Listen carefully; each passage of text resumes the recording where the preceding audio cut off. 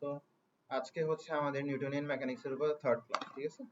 Newtonian mechanics class 3 English version.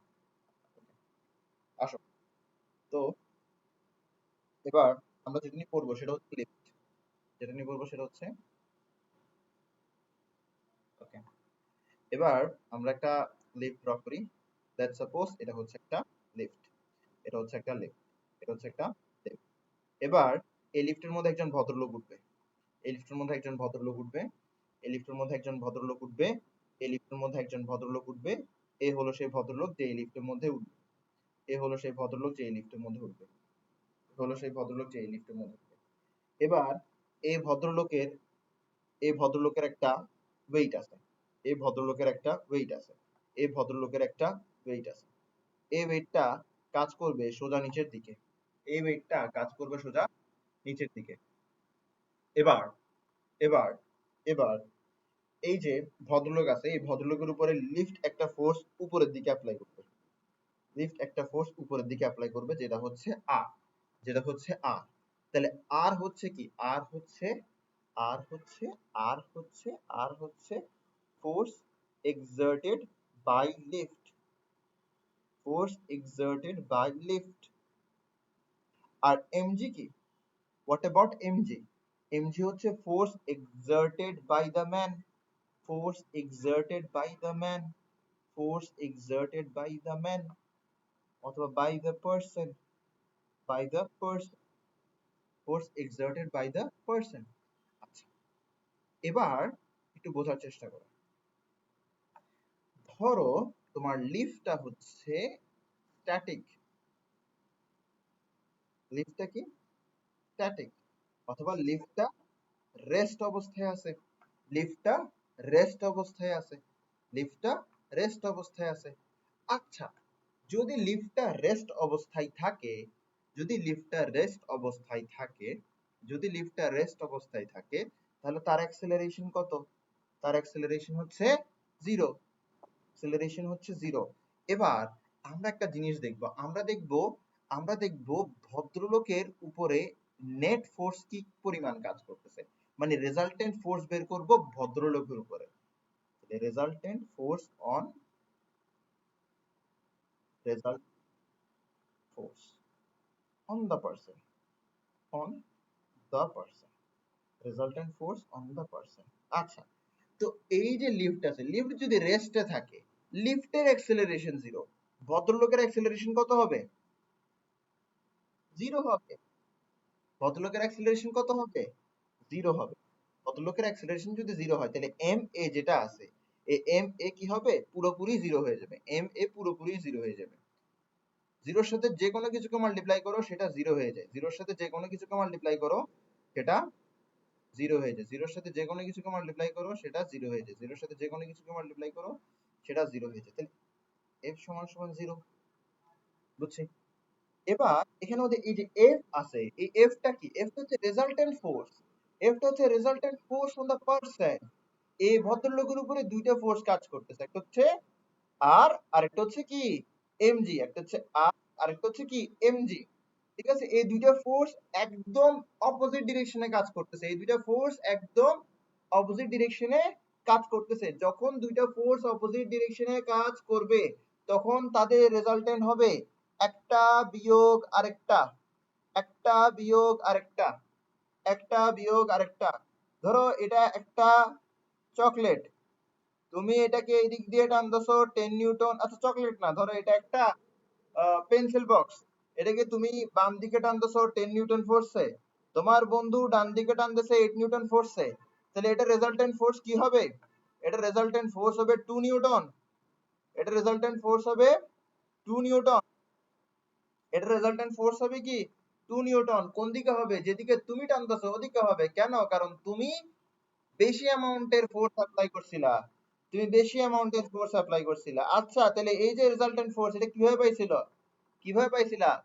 বড় force minus ছোট force, বড় ফোর্স মাইনাস ছোট ফোর্স, এভাবে তুমি রেজাল্টেন্ট ফোর্সটা পাইছিলা। যখন দুইটা ফোর্স ঠিক অপোজিট ডিরেকশনে কাজ করবে, তখন তাদের রেজাল্টেন্ট হবে বড় ফোর্স মাইনাস ছোট ফোর্স। তখন তাদের রেজাল্টেন্ট হবে বড় ফোর্স মাইনাস ছোট ফোর্স। এবার তোমার এখানে বোঝার কোনো উপায় নাই আর বড় নাকি এমজি বড়, তোমার এখানে বোঝার কোনো উপায় নাই যে আর বড় নাকি এমজি বড়। তো তুমি কি করবা, প্রথমে আর কে বড় ধরবা, তাহলে আর মাইনাস এমজি সমান সমান 0 লিখবা। এরপরে ধরো তুমি এমজি কে বড় ধরছো, তাহলে রেজাল্টেন্ট ফোর্স কি দাঁড়ায়, বড় ফোর্স মাইনাস ছোট ফোর্স। আচ্ছা, এখান থেকে তুমি কি লিখতে পারো, আর সমান সমান এমজি। এখান থেকে তুমি কি লিখতে পারো, এমজি সমান সমান আর। দেখো দোনোটা কেস থেকে কিন্তু কি পাচ্ছি আমরা, আর সমান সমান এমজি। দোনোটা কেস থেকে আমরা কি পাচ্ছি, আর সমান সমান এমজি। তার মানে যখন লিফট স্ট্যাটিক থাকবে, রেস্টে থাকবে, তখন আর সমান সমান এমজি হবে। যখন লিফট স্ট্যাটিক থাকবে, রেস্টে থাকবে, তখন আর সমান সমান এমজি হবে। এটা হলো কেস নাম্বার 1। এটা হলো কেস নাম্বার 1। এবার আমরা যাব কেস নাম্বার 2 তে। এবার আমরা যাব কেস নাম্বার 2 তে। এবার আমরা যাব কেস নাম্বার 2 তে। আচ্ছা আসো কেস নাম্বার 2। এবার কেস নাম্বার 2 এর জন্য আমাদের কাছে এই গল্পটাকে আবার প্রয়োজন, এই গল্পটা আমাদের আবার প্রয়োজন কেস নাম্বার 2 এর জন্য। কেস নাম্বার 2 এর জন্য এই গল্পটা আমাদের আবার প্রয়োজন। Case number 2, case number 2। ওকে, আচ্ছা আসো।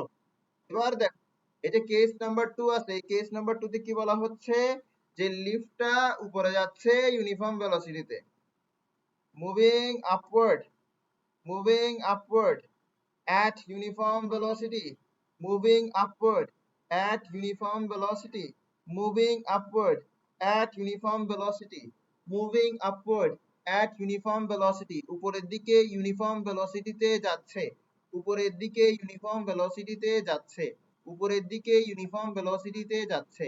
আচ্ছা, তো এখানে মধ্যে ভদ্রলোকের উপরে রেজাল্টেন্ট ফোর্স হচ্ছে এফ, যেটাকে আমরা বের করব এম এ দিয়ে। যেহেতু ইউনিফর্ম ভেলোসিটি, তাই বলে অ্যাক্সেলারেশন হচ্ছে 0। ইউনিফর্ম ভেলোসিটি মানে কি, যে ভেলোসিটির মান পরিবর্তন হয় না, যে ভেলোসিটির ভ্যালুটা পরিবর্তন হয় না। তো ভেলোসিটির ভ্যালু যদি পরিবর্তন না হয়, অ্যাক্সেলারেশন কোত্থেকে পাচ্ছ? ওকে, অ্যাক্সেলারেশন আমরা কিভাবে পাই, final velocity minus initial velocity divided by time. যদি এমন একটা ভেলোসিটি থাকে যার ভ্যালু চেঞ্জ হয় না, যার ইনিশিয়াল ফাইনাল এর ভ্যালু সেম থাকে, এমন যদি কোনো ভেলোসিটি থাকে, তার জন্য কখনো অ্যাক্সেলারেশন পাবা, পাবা না। তার জন্য অ্যাক্সেলারেশন হবে কি, 0। তো অ্যাক্সেলারেশন যদি 0 হয়, তাহলে এফ সমান সমান কি, 0। আচ্ছা, এবার এফ কি, রেজাল্টেন্ট ফোর্স। রেজাল্টেন্ট ফোর্স কিভাবে বের করো, কোন একটা অবজেক্টের উপরে দুটো ফোর্স যদি ঠিক বিপরীত দিকে কাজ করে, তখন বড় ফোর্স মাইনাস ছোট ফোর্স হবে রেজাল্টেন্ট ফোর্স। এখন তুমি জানোই না আর বড় না এমজি বড়, তুমি জানোই না আর বড় না এমজি বড়, তাহলে তুমি একবার আর কে বড় ধরবা, আরেকবার এমজি কে তুমি বড় ধরবা। তো যেবার তুমি আর কে বড় ধরবা, সেবার তোমার রেজাল্টেন্ট ফোর্স দাঁড়াবে আর মাইনাস এমজি। যেবার তুমি এমজি কে বড় ধরবা, তখন তোমার রেজাল্টেন্ট ফোর্স দাঁড়াবে এমজি মাইনাস আর। তো তুমি এখান থেকে পাচ্ছ আর সমান সমান এমজি, তুমি এখান থেকে পাচ্ছ এমজি সমান সমান আর।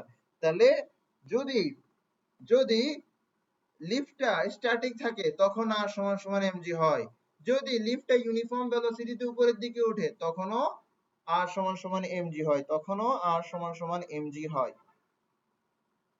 আচ্ছা, এবার আমরা কেস 3 তে যাই। এবার আমরা কেস 3 তে যাই। এবার আমরা কেস 3 তে যাই। কেস 3 হচ্ছে সেম জিনিস। এটা হচ্ছে moving downward, moving downwards, moving downwards, moving downwards, moving downwards at uniform velocity. এবার নিচের দিকে যাচ্ছে, এবার নিচের দিকে যাচ্ছে, এবার লিফট নিচের দিকে যাচ্ছে ইউনিফর্ম ভেলোসিটিতে। ইউনিফর্ম ভেলোসিটিতে যদি লিফট যায়, তাহলে অ্যাক্সেলারেশন কি, 0 হবে। আচ্ছা, এটা কার অ্যাক্সেলারেশন, লিফটের নাকি ভদ্রলোকের নাকি দোনোজনেরই? এক্স্যাক্টলি, আমরা এফ দিয়ে কি বুঝাচ্ছি, resultant force on the person.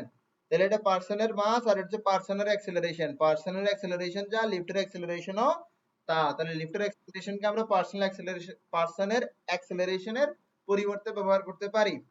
আচ্ছা ঠিক আছে, তাহলে আমাদের এখানে মধ্যে ভদ্রলোক, এর উপরে দুইটা ফোর্স কাজ করতেছে, আর এবং এমজি, আর এবং এমজি, আর এবং এমজি। এবার তুমি আর কে একবার বড় ধরবা, বড় ধরে রেজাল্টেন্ট ফোর্স বের করবা, এমজি কে বড় ধরে রেজাল্টেন্ট ফোর্স বের করবা। দুই ক্ষেত্রেই তোমার আর সমান সমান এমজি আসবে, দুই ক্ষেত্রে তোমার আর সমান সমান এমজি আসবে। তার মানে যখন নিচের দিকে ইউনিফর্ম ভেলোসিটিতে যাবে, তখনও r সমান সমান mg হবে। তাহলে r সমান সমান mg তিনটা কেসে হচ্ছে, r সমান সমান mg তিনটা কেসে হচ্ছে, r সমান সমান mg তিনটা কেসে হচ্ছে, r সমান সমান mg তিনটা কেসে হচ্ছে। একটা হচ্ছে স্ট্যাটিক, আরেকটা হচ্ছে ইউনিফর্ম ভেলোসিটি। এবার ইউনিফর্ম ভেলোসিটিতে সে আপওয়ার্ড যেতে পারে, সে ডাউনওয়ার্ড যেতে পারে, সে আপওয়ার্ড যেতে পারে, সে ডাউনওয়ার্ড যেতে পারে। ইউনিফর্ম ভেলোসিটিতে আপওয়ার্ড গেলেও r সমান সমান mg, ইউনিফর্ম ভেলোসিটিতে ডাউনওয়ার্ড গেলেও r সমান সমান mg। বুঝছো? আশা করি বুঝছো। আচ্ছা, আশা করি বুঝছো। এবার আমরা যাব কেস 4 এ। এবার আমরা যাব কেস 4 এ। এবার আমরা যাব কেস 4। কেস 4, কেস 4 হচ্ছে moving upward with uniform acceleration. Moving upward with uniform acceleration. আচ্ছা, আমরা এটা কপি করি না, এত কষ্ট করে কি দরকার পড়ছে? Moving upward with uniform acceleration, moving upward with uniform acceleration, moving upward with uniform acceleration, moving upward with uniform acceleration, moving upward with uniform acceleration, moving upward with uniform acceleration, moving upward with uniform acceleration। আচ্ছা, তাহলে আমরা লিফটটাকেও নিয়ে আসি একটু, lift বদলো জনগণকে নিয়ে আসলাম। আচ্ছা, তাহলে এই ক্ষেত্রে দেখো, এই ক্ষেত্রে একটা অ্যাক্সেলারেশন আছে যেটা উপরের দিকে কাজ করতেছে, যেটা উপরের দিকে কাজ করতেছে, যেটা উপরের দিকে কাজ করতেছে। আচ্ছা, তোমাকে আমি একটা এক্সাম্পল দিছিলাম। এক্সাম্পলটা হচ্ছে একটা পেন্সিল বক্স আছে, এই পেন্সিল বক্সকে তুমি 10 নিউটনে বাম দিকে টানছো, আর তোমার বন্ধু 8 নিউটনে ডান দিকে টানতেছে। এই পেন্সিল বক্স যাবে কোন দিকে? তোমার দিকে, বাম দিকে। কেন? কারণ তুমি বেশি ফোর্স অ্যাপ্লাই করছো। তো কত কত ফোর্সে তোমার দিকে যাবে? সে 2 নিউটন ফোর্সে তোমার দিকে যাবে, সে 2 নিউটন ফোর্সে তোমার দিকে যাবে। আচ্ছা, গল্পটাকে আমি একটু ডিফারেন্টলি বলি। ধরো তোমার এখানে একটা ভদ্রলোক আছে, হ্যাঁ, এটা একটা ভদ্রলোক। এবার ওর নাম ধরো শিজুকা, হ্যাঁ। ওকে ধরো এদিকে টানতেছে নবিতা,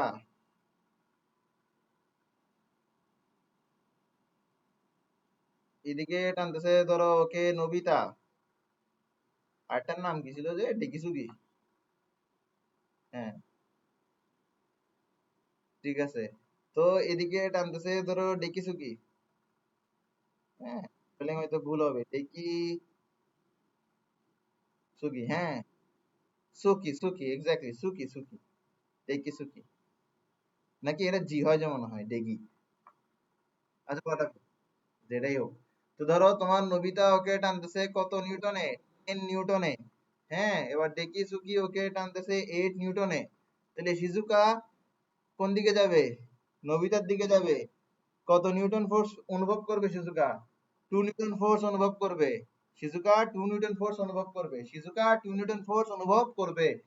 বাম দিকে 10 নিউটন ফোর্স, ডান দিকে 8 নিউটন ফোর্স, কিন্তু শিজুকা অনুভব করতেছে কি?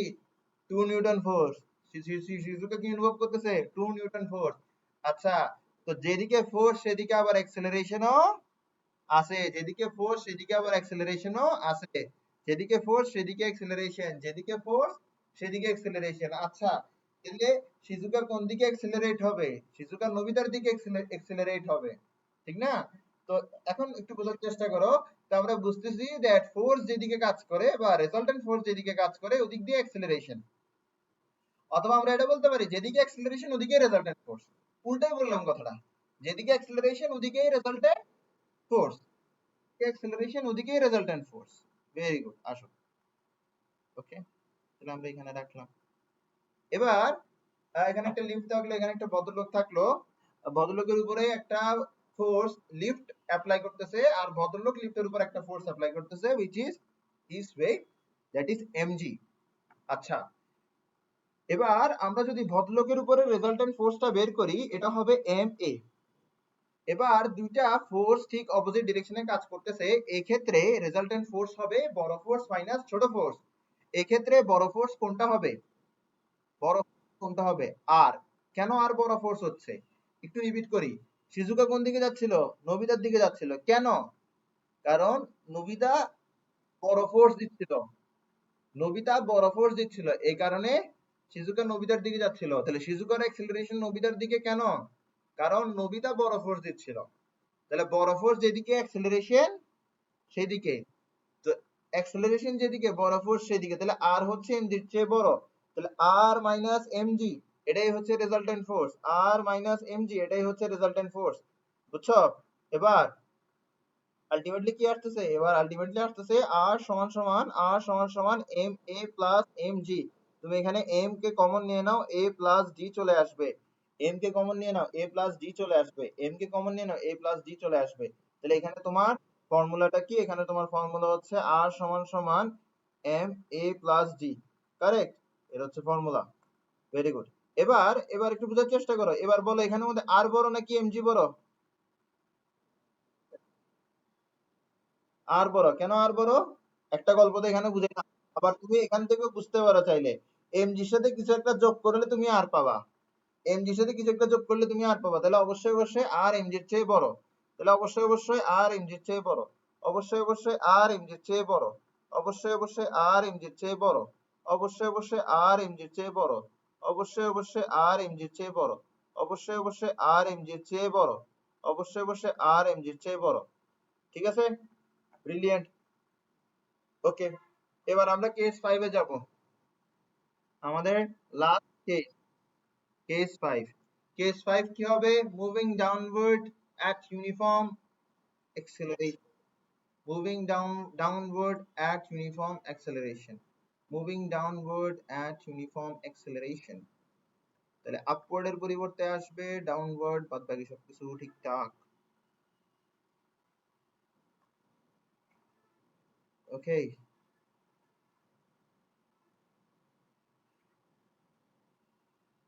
আচ্ছা, তো আমরা এটা দিয়ে দিয়ে ফেলি এতটুকু পর্যন্ত। সেম, এটা সেম টু সেম। ভদ্রলোক লিফটের উপর অ্যাপ্লাই করতেছে এমজি, লিফট ভদ্রলোকের উপর অ্যাপ্লাই করতেছে আর। অ্যাক্সেলারেশন কোন দিকে কাজ করতেছে? নিচের দিকে কাজ করতেছে। এখন কে বড়, আর বড় নাকি এমজি বড়? তাহলে রেজাল্টেন্ট ফোর্স অন ভদ্রলোক হচ্ছে এফ সমান সমান এম এ। এখন রেজাল্টেন্ট ফোর্স কিভাবে বের করবা? বড় ফোর্স মাইনাস ছোট ফোর্স।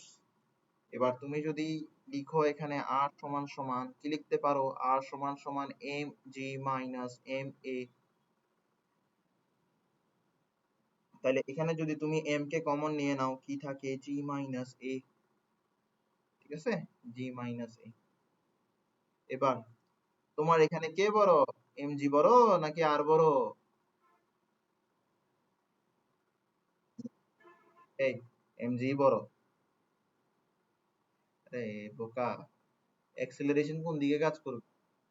যেটার যেটার ভ্যালু বেশি, তাহলে না,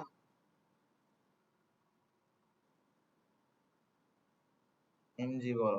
এমজি থেকে কিছু একটা বাদ দিলে আর পাওয়া যাচ্ছে। ধরো তোমার কাছে 100 টাকা আছে, আর আমার কাছে আছে 90 টাকা। তাহলে তোমার 100 টাকা থেকে 10 টাকা বাদ দিলে আমার টাকা আসবে, তাহলে পয়সা লাগে তুমি। বুঝছো? সেম কাইন্ড অফ হিসাব কিতাব। তাহলে এমজি গ্রেটার দেন আর, এমজি গ্রেটার দেন আর। আচ্ছা, এতক্ষণ ধরে আমরা আর কে দিয়ে কি বুঝতাম? আর কে দিয়ে বুঝতাম হচ্ছে আর হচ্ছে force exerted by the lift. এখন আমরা আর এর একটা নতুন পরিচয় জানবো।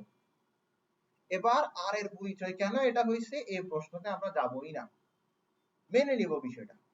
আর হচ্ছে অ্যাপারেন্ট ওয়েট, আর হচ্ছে অ্যাপারেন্ট অ্যাপারেন্ট ওয়েট,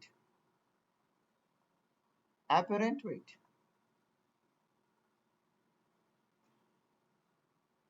তো দেখো, যখন যখন আচ্ছা, আর হচ্ছে অ্যাপারেন্ট ওয়েট, আর এমজি কি? Actual weight. এমজি কি? Actual wait.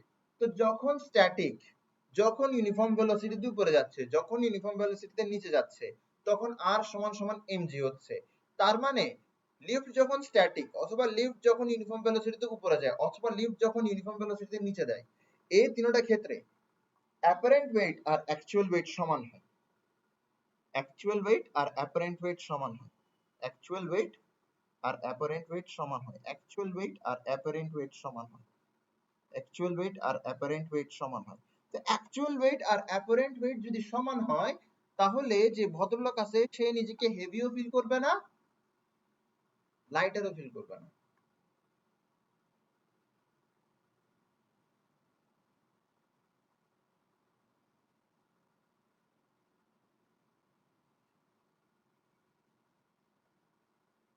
neither heavy nor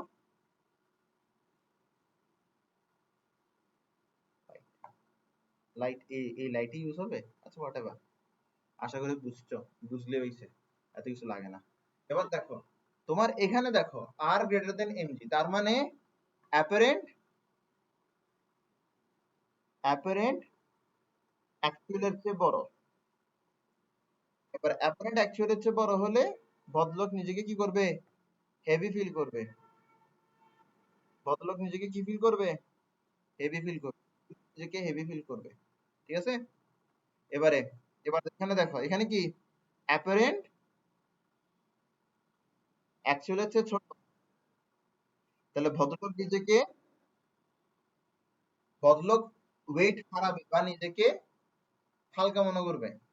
ঠিক আছে? Feels light. বোঝা গেছে? এই পুরা লিফটের কাহিনী বুঝছো?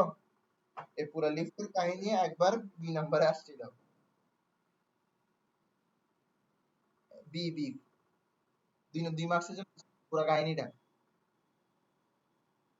হ্যাঁ 5টা কেস।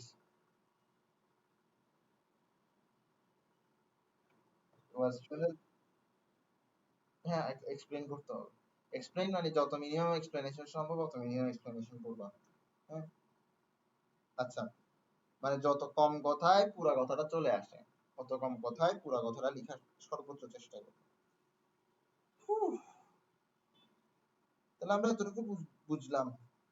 এরপরে হচ্ছে আমরা করব হচ্ছে টেনশন ফোর্স।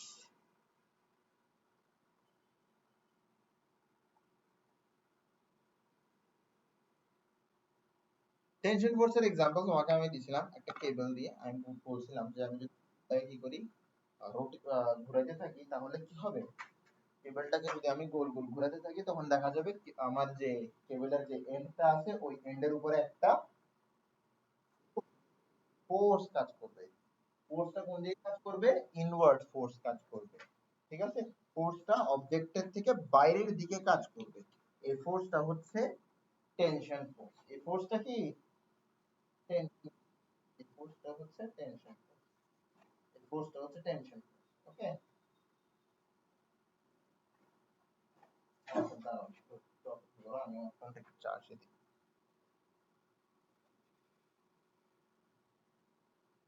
আচ্ছা ওকে, টেনশন ফোর্স। আচ্ছা দেখো, এখানে আমরা তিনটা এখানে আমরা তিনটা ম্যাচ নিব। হ্যাঁ, তিনটা ম্যাচ নিব।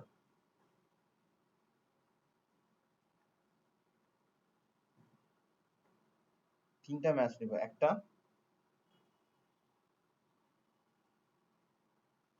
একটা, দুইটা, তিনটা, আচ্ছা চারটা নি, চারটা নিলাম।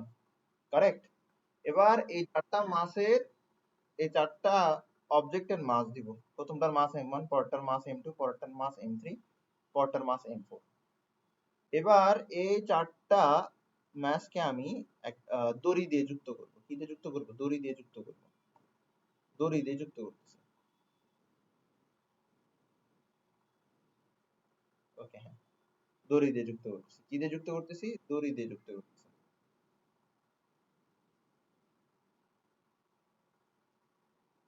হুম, দড়ি দিয়ে যুক্ত করলাম, দড়ি দিয়ে যুক্ত করলাম, দড়ি দিয়ে যুক্ত করলাম।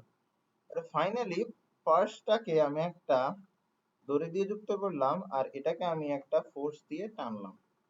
এটাকে আমি F1 ফোর্সে টানলাম। এটাকে আমি F1 ফোর্সে টানলাম। ঠিক আছে? এবার খেয়াল করো, তোমার এই যে M1 আছে, এই M1 আর M2 কে একটা দড়ি ধরে রাখছে। ঠিক না? তাহলে এই দড়ির উপরে টেনশন ফোর্স কাজ করতেছে। কি কাজ করতেছে? টেনশন ফোর্স কাজ করতেছে। এবার M1 অবজেক্টের উপর যে টেনশন ফোর্সটা কাজ করতেছে ওটা অবশ্যই M1 থেকে বাহিরের দিকে হবে। আর M2 এর উপর যে টেনশন ফোর্স কাজ করতেছে সেটা অবশ্যই M2 থেকে বাইরের দিকে হবে। তাহলে M1 এর উপর যে টেনশন ফোর্স কাজ করে সেটা কাজ করবে বাম দিকে, আর M2 এর উপর যে টেনশন ফোর্স কাজ করে সেটা কাজ করবে ডান দিকে। তাহলে M2 এর উপর যে টেনশন ফোর্স কাজ করতেছে সেটা হচ্ছে T2, আর M1 এর উপর যে টেনশন ফোর্স কাজ করতেছে সেটা হচ্ছে T1। স্বাভাবিক আন্ডারস্ট্যান্ডিং থেকে আমরা এটাই বুঝি। এখন মাথায় রাখবা যে একটা ওয়্যার বা একটা দড়িতে একটাই টেনশন ফোর্স কাজ করে। তার মানে M1 এর উপরে যে টেনশন ফোর্স কাজ করবে M2 এর উপরেও ঠিক একই টেনশন ফোর্স কাজ করবে। M1 এর উপরে ঠিক বাম দিকে যে টেনশন ফোর্স কাজ করতেছে M2 এর উপরে ঠিক ডান দিকে সেই টেনশন ফোর্স কাজ করতেছে। এবার M2 এর উপর একটা টেনশন ফোর্স বাম দিকে কাজ করবে যেটা হচ্ছে T2, আর M3 এর উপর একটা টেনশন ফোর্স ডান দিকে কাজ করবে সেটাও হবে T2। বিকজ একটা দড়িতে একটা ওয়্যারে দুইটা টেনশন ফোর্স কখনো কাজ করতে পারে না, একটাই টেনশন ফোর্স কাজ করতে পারে। তাহলে একটা ওয়্যার যদি দুইটা অবজেক্টকে ধরে রাখে তাহলে সেই ওয়্যারটা বা সেই দড়িটা একটা পার্টিকুলার টেনশন ফোর্সই দুটো অবজেক্টের উপরে অ্যাপ্লাই করবে। M3 এর উপরে একটা টেনশন ফোর্স কাজ করতেছে T3 বাম দিকে, এন্ড M4 এর উপরে একটা টেনশন ফোর্স কাজ করতেছে ডান দিকে, যার ভ্যালু আবার T3, বিকজ একটা দড়িতে একটাই টেনশন ফোর্স এক্সিস্ট করে। এতটুকু আমরা বুঝছি। এবার এবার এবার আমরা কিছু কাজ কারবার করব। হ্যাঁ, আচ্ছা আসো করি। তাহলে আমরা M1 অবজেক্টের দিকে একটু তাকাই। M1 অবজেক্টের জন্য আমরা F সমান সমান MA এটা প্র্যাকটিস করব। আচ্ছা, F সমান সমান MA, এখানে F বলতে আমরা কি বুঝি? Resultant, resultant force. M বলতে কি বুঝি? অবজেক্টের মাস। তাহলে আমরা কাকে নিয়ে কাজ করতেছি? M1 কে নিয়ে কাজ করতেছি। তাহলে M1 এর মাস কত? M1, আর M1 এর অ্যাক্সেলারেশন হচ্ছে e। এবার দেখো এই যে M1 M2 M3 M4 এই চারটাকে যে একসাথে যুক্ত করে F1 ফোর্সে টানা হচ্ছে, এই চারটার কি অ্যাক্সেলারেশন একই হবে না? চারটার অ্যাক্সেলারেশন একই হতে বাধ্য, এটা কমন সেন্স। তাহলে M1 এর অ্যাক্সেলারেশন হচ্ছে a, M1 এর উপর রেজাল্টেন্ট ফোর্স হচ্ছে F। আচ্ছা, এই যে রেজাল্টেন্ট ফোর্সটা আছে, রেজাল্টেন্ট ফোর্সটা কি হবে? বড় ফোর্স মাইনাস ছোট ফোর্স। শুধু M1 এর দিকে তাকাও, কারোর দিকে তাকাইতে হবে না, শুধুমাত্র এই এতটুকু ঘটনা দেখো, আর কিছু দেখার দরকার নেই। এতটুকু ঘটনা দেখো, আর কিছু দেখার দরকার নেই। তাহলে M1 এর উপরে কয়টা ফোর্স কাজ করতেছে? দুইটা ফোর্স, একটা হচ্ছে F1 আর একটা হচ্ছে T1। আর M1 কোন দিকে যাচ্ছে? F1 এর দিকে যাচ্ছে। তাহলে বড় ফোর্স কোনটা, F1 নাকি T1? অবশ্যই অবশ্যই F1, অবশ্যই অবশ্যই F1। তাহলে F1 minus T1 is equals to M1A। কেন F1 মাইনাস T1 লিখলাম? কারণ আমরা জানি রেজাল্টেন্ট ফোর্স মানে কি বড় ফোর্স মাইনাস ছোট ফোর্স, বড় ফোর্স মাইনাস ছোট ফোর্স। আচ্ছা, এতটুকু আমরা পারলাম, এটাকে আমরা বললাম ইকুয়েশন নাম্বার 1। এবার আমরা M2 এর কাছে যাই। M2 এর জন্য লিখবো আমরা, M2 এর জন্য আমরা লিখতে পারি, আচ্ছা এটা পাশেই লিখি, সমস্যা নেই। M2 এর জন্য আমরা লিখতে পারি F সমান সমান M2A, M2A। কেন M2? মানে ফর্মুলা হচ্ছে কি F সমান সমান MA। কার জন্য লিখতেছি? M2 এর জন্য লিখতেছি। তাহলে F হচ্ছে M2 এর উপর রেজাল্টেন্ট ফোর্স, M হচ্ছে M2 এর মাস, আর A হচ্ছে M2 এর অ্যাক্সেলারেশন। এখানে M2 এর মাস কি? M2, আর M2 এর অ্যাক্সেলারেশন হচ্ছে A। F হচ্ছে কি? M2 এর উপর রেজাল্টেন্ট ফোর্স। আচ্ছা, M2 এর উপর রেজাল্টেন্ট ফোর্স কি হবে? M2 এর উপর কয়টা ফোর্স কাজ করতেছে? M2 এর উপরে দুইটা ফোর্স কাজ করতেছে, একটা হচ্ছে T1 আর একটা হচ্ছে T2। এবার T1 বড় না T2 বড়? অ্যাক্সেলারেশন কাজ করতেছে T1 এর দিকে, তাই বলে T1 হবে বড় আর T2 হবে ছোট। তাহলে T1 মাইনাস T2 সমান সমান M2A। বড় ফোর্স মাইনাস ছোট ফোর্স, এটাই হচ্ছে রেজাল্টেন্ট ফোর্স। আর রেজাল্টেন্ট ফোর্স সমান সমান কি হয়? MA হয় বা M2A হয়। M2A কেন হচ্ছে? কারণ এটা মাসটা হচ্ছে M2 আর ওকে। তাহলে দ্বিতীয় ইকুয়েশন, এবং তৃতীয় ইকুয়েশনে যাব m3 অবজেক্টের জন্য। ঠিক একইভাবে m3 অবজেক্টের জন্য আমরা লিখি f সমান সমান m3, এটা হবে t2 মাইনাস t3 সমান সমান m3a। আশা করি বোঝানোর দরকার নাই। এবার ফোর্থ অবজেক্টের জন্য আমরা দেখি f সমান সমান m4a। f এর জায়গায় আমরা কি লিখতে পারি? f এর জায়গায় আমরা লিখতে পারি, দেখো m4 এর উপর কয়টা ফোর্স কাজ করতেছে? একমাত্র একটাই ফোর্স কাজ করতেছে, তাহলে সেটাই হচ্ছে রেজাল্টেন্ট ফোর্স। তাহলে m4a পাই গেলাম আমরা চতুর্থ ইকুয়েশন। এবার আমরা একটা কাজ করতে পারি, আমরা এই চারটা ইকুয়েশনকে অ্যাড করে দিতে পারি। আমরা এই চারটা ইকুয়েশনকে অ্যাড করে দিতে পারি 1 প্লাস 2 প্লাস 3 প্লাস 4। আমরা চারটা ইকুয়েশনকে অ্যাড করে দিব। এখন চারটা ইকুয়েশনকে অ্যাড করলে কি হয়? প্রথম ইকুয়েশনটা কি? প্রথম ইকুয়েশনটা হচ্ছে f1 t1 সমান সমান m1a, f1 t1 সমান সমান m1a, প্রথমটা। এরপরে হচ্ছে তোমার t1 t2 সমান সমান m2a, t1 t2 সমান সমান m2a।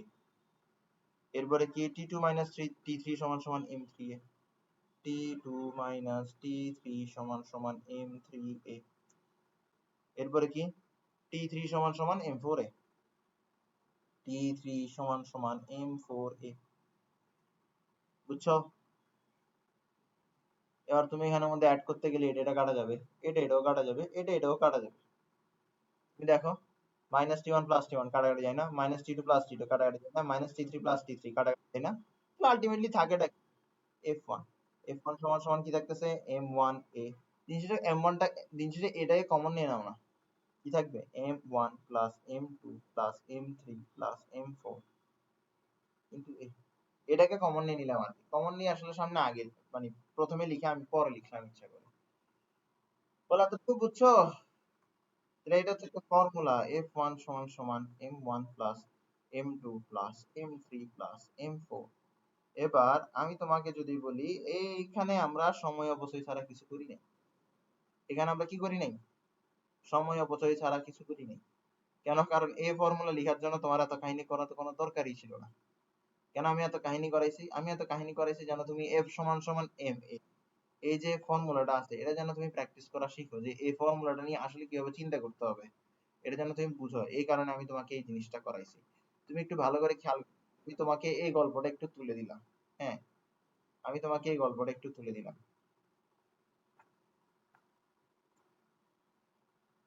এই গল্পটা একটু তোমাকে আমি তুলে দিলাম। এবার তোমাকে আমি বললাম যে তুমি এখানের মধ্যে f = m a ফর্মুলাটা বসাও। আচ্ছা, তুমি কি জানো f = m a? এটাই তো জানো তুমি, ঠিক না? f কি? যে ফোর্সটা অবজেক্টের উপর কাজ করতেছে। আচ্ছা, তুমি এখানের মধ্যে এই পুরাটাকে অবজেক্ট ধরলে সমস্যাটা কই? পুরাটাকে অবজেক্ট ধরো না, সমস্যা আছে? তোমার কোনো দরকার পড়ছে প্রত্যেকটাকে আলাদা আলাদা করে অবজেক্ট ধরার? দরকার পড়ে নাই তো। তাহলে এই পুরাটার উপর কি পরিমাণ ফোর্স কাজ করতেছে? f1। আর এই পুরাটার মাস কি হবে? m1 + m2 + m3 + 4। আর এই পুরাটার অ্যাক্সিলারেশন হচ্ছে a। তাহলে এটা কি পাইছো? ইজি না? তাহলে আমি এটা কেন এটা বললাম যেন তুমি এই ইকুয়েশন গুলো লিখতে পারো। এখন এত হুদাই কাজ করবো না, ঠিক না? নিশ্চয়ই কোনো পারপাস আছে এটা করা। এটা করার পারপাস হচ্ছে আমি এখন তোমার একটা ম্যাথ করাবো, ওই ম্যাথটার জন্য আমি এটা করাইছি।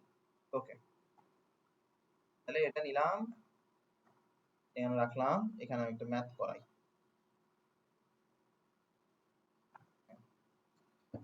উফ,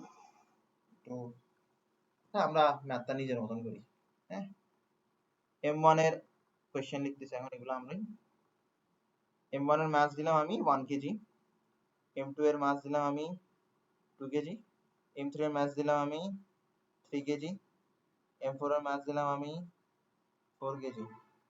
হ্যাঁ, এরপরে f1 এর ভ্যালু কত দিলাম?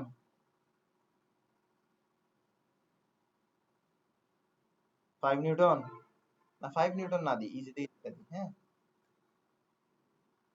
ধরো f1 দিলাম হচ্ছে 10 নিউটন।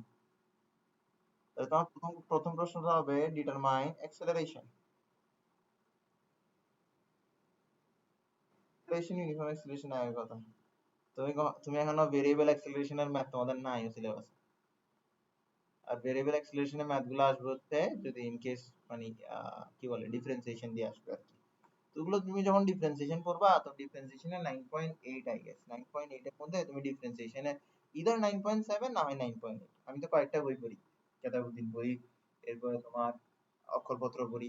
তো কয়েকটা বই পড়ার কারণে এটাতে একটা সমস্যা হয়, কারণ ডিফারেন্সিয়েশনে তোমার কেতাবুদ্দিন হচ্ছে 9.2 9.3 এর মধ্যে হচ্ছে যে ম্যাক্সিমাম অঙ্ক আছে, এরপরে 9.4 5 এগুলোর মধ্যে খুব কম কম অঙ্ক।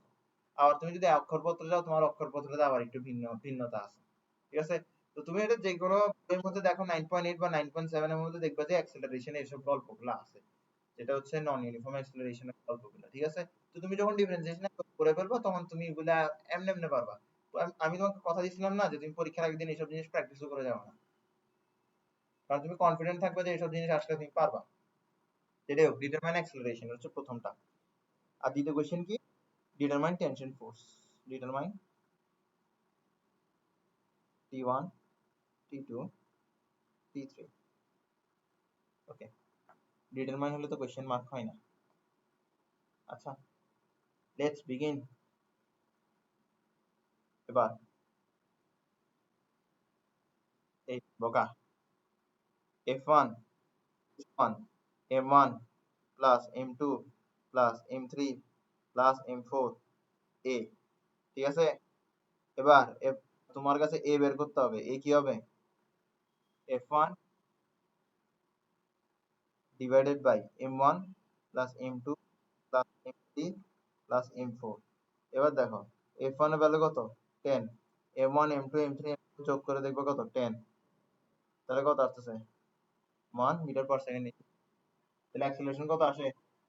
1। অ্যাক্সিলারেশন কত আসে? 1। ব্রিলিয়েন্ট, তাহলে অ্যাক্সিলারেশন পেয়ে গেছো তুমি।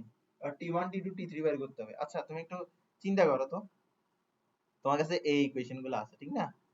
হ্যাঁ, তোমাকে যদি আমি বের করতে বলি T1 T2 T3, তুমি দেখেই বুঝবা যে আগে T3 বের করতে হবে। দেখে কি বুঝবা? আগে T3 বের করতে হবে। T3 একদম সহজ না, M4 ইন্টু A। M4 এর মান জানো 4, A এর মান জানো 1, তাহলে T3 তুমি বের করে ফেলতে পারবা, ঠিক আছে। তাহলে তুমি এখানে আসো, আমরা দ্বিতীয় কোয়েশ্চেনটা লিখি। হ্যাঁ, দ্বিতীয় কোয়েশ্চেনটা আচ্ছা পরের পেজেই লিখলাম, সমস্যা নেই। T3 সমান সমান কি? M4 A। এবার M4 কত? 4 কেজি, আর A কত? 1। তাহলে দিন শেষে কত আসে? 4 নিউটন। 4 নিউটন। ওকে, T3 তুমি পেয়ে গেছো। হ্যাঁ, এবার তুমি এক কাজ করো, T3 আর T2 এর যে সম্পর্ক আছে এখান থেকে তুমি T2 বের করে ফেলো। এটা কি 3 নম্বর সম্পর্কটা? কারেক্ট। ওকে, তুমি এখানে কি দেখতেছো যে T2 মাইনাস T3 সমান সমান M3A। তো তুমি এখান থেকে বের করো T2 সমান সমান কি হয়। T2 সমান সমান হয় যে M3A প্লাস T3। এবার M3 কত? 3 কেজি। A কত? 1। T3 কত? 4। তাহলে এটা কত আসে? 7 নিউটন। এবার তুমি T3 ও জানো T2 ও জানো, এবার তোমার কি বের করতে হবে? T1। T1, ঠিক আছে। তুমি T1 T2 এর সম্পর্ক থেকে T1 বের করতে পারো, অথবা F1 T1 থেকেও চাইলে তুমি T1 এর সম্পর্কটা বের করতে পারো। তাহলে F1 T1। ওকে, তাহলে T1 সমান সমান কি আসে? দাঁড়াও, হ্যাঁ, okay, আওয়াজ এসে। আসো, T1 সমান সমান কি আসে? M1A। না না না না, ভুল করতেছি। না, T1 সমান সমান হচ্ছে যে F1 মাইনাস M1A।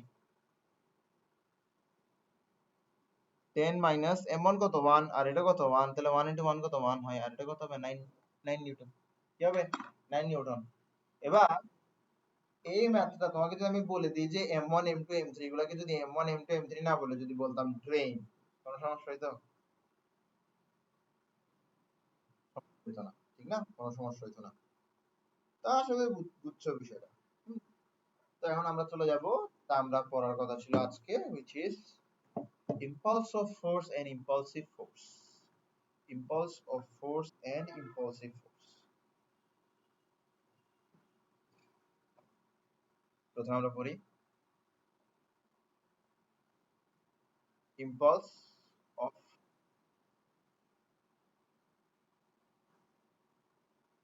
হবে ইম্পালসিভ ফোর্স।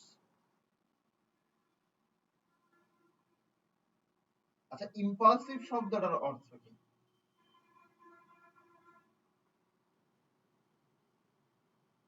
হ্যাঁ, আমরা ইম্পালসিভ বলি না যে মানে ফর এক্সাম্পল, মানে কখনো ইম্পালসিভ হইতে নাই। ইম্পালসিভ কাইন্ড অফ লাইক বুঝায় ইমপেশেন্ট, কাইন্ড অফ লাইক বুঝায় কম সময়ে ডিসিশন নেওয়া, এটাকে আমরা ইম্পালসিভ বলি। কারেক্ট, চিন্তা ভাবনা না করে ডিসিশন নেওয়া, এটাকে আমরা কি বলি? ইম্পালসিভ।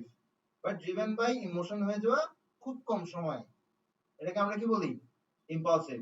তাহলে ইম্পালসিভ সময়টা, সরি, ইম্পালসিভ শব্দটার সময় কম সময়ের একটা শর্ত আছে, সম্পর্ক আছে।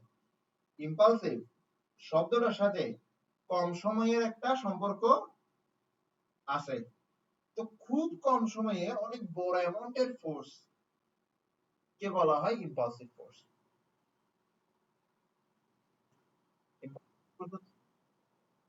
খুব কম সময়ে অনেক বড় অ্যামাউন্টের ফোর্স কে বলা হয় ইম্পালসিভ ফোর্স। তাহলে what is impulsive force? Large amount of force acting acting in a very short period of time. ঠিক আছে? Large magnitude of force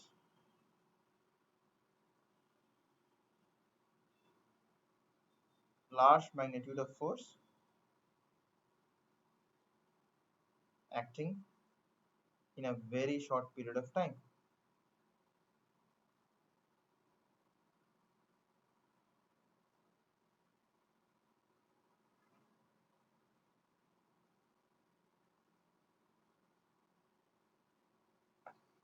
Large magnitude of force acting in a very short period of time, এটাকে বলা হয় impulsive force. And then আসবে কি আমাদের impulsive force. Impulsive force কি জিনিস? ইম্পালসিভ ফোর্স হচ্ছে তুমি যদি ফোর্স এবং তার ক্রিয়াকালকে মাল্টিপ্লাই করো। ক্রিয়াকাল, ক্রিয়াকাল মানে কি? মানে হচ্ছে আমরা বাংলায় বলি ক্রিয়াকাল, ইংলিশে কি বলি এটা খুব ইজি। মানে ধরো তুমি একটা ফোর্স অ্যাপ্লাই করতেছো কোন একটা অবজেক্টের উপরে, হ্যাঁ, এবার তুমি একটা পার্টিকুলার টাইম ধরে ওই ফোর্সটা অ্যাপ্লাই করো না। ধরো তুমি একটা অবজেক্টের উপর একটা ফোর্স অ্যাপ্লাই করতেছো ফর 2 মিনিট, তো ওই 2 মিনিটটা হচ্ছে কি ওই ফোর্সের ক্রিয়াকাল বোঝায়। আমরা যখন একটা ফোর্সের সাথে তার ক্রিয়াকালটাকে মাল্টিপ্লাই করে দিই, তখন গিয়ে আমরা কি পাই? Impulsive force. ইম্পালসিভ ফোর্স, তো আমরা ইম্পালসিভ ফোর্সকে বলতে পারি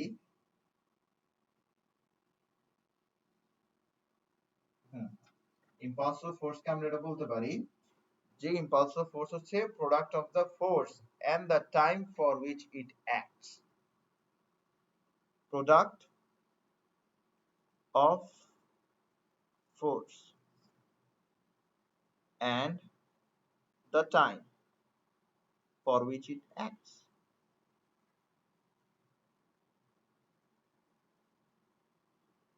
অথবা in which it acts, for which it acts and in which it acts bear the same meaning.